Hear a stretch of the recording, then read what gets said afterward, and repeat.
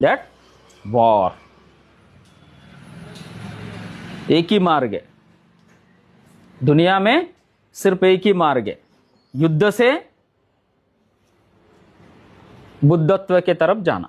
బుద్ధత్వ అంటే గౌతమ్ బుద్ధుడు కాదు, సిద్ధార్థ గౌతమ్ బుద్ధుడు. Of course he got enlightened. బుద్ధత్వ it is an enlightened person. We are not only talking about, of course he got, ఆయన జ్ఞానోదయం పొందిండు, but every person can get it. ప్రతి మనిషి కూడా బుద్ధత్వానికి ఆచరించవచ్చు, బుద్ధత్వం పొందొచ్చు.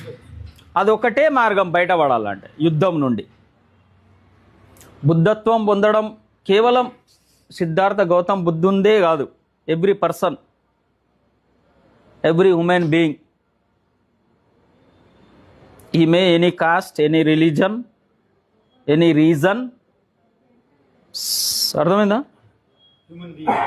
Human being can get, and we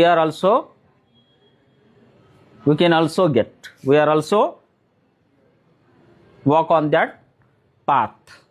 ఆ మార్గంలో నడిచిన వాళ్ళు ఎవరు కూడా చేరుకోగలుగుతారు. ఫర్ ఎగ్జాంపుల్, ఎక్కడ పెద్దాయన మీది రెడ్డి గారు, మీ ఊరెక్కడ? షాద్నగరా? ఈ నుండి షాద్నగర్ నడిచే వాళ్ళందరూ చేరుకుంటారా లేదా? నడిచినా కూడా చేరుకోరని ఏమన్నా ఉందా? जो यहाँ से निकला पैदल या गाड़ी से, घोड़े से, जैसे भी, वो शादनगर पहुंचेगा कि नहीं पहुंचेगा? पहुंचेगा. చేరుకుంటారా లేదా?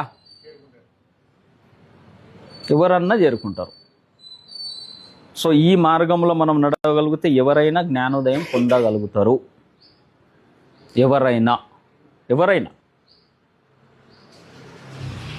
అర్థమైందా? So that is the path only. And what is that path? 3 things. శీలాన్ని పాటించడం.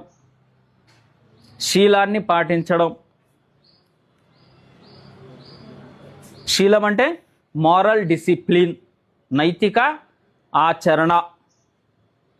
శీలాన్ని పాటించడం. ఫస్ట్ ధ్యానం చేయడం, దాంతో జ్ఞానం పొందొచ్చు. మార్గం క్లియర్?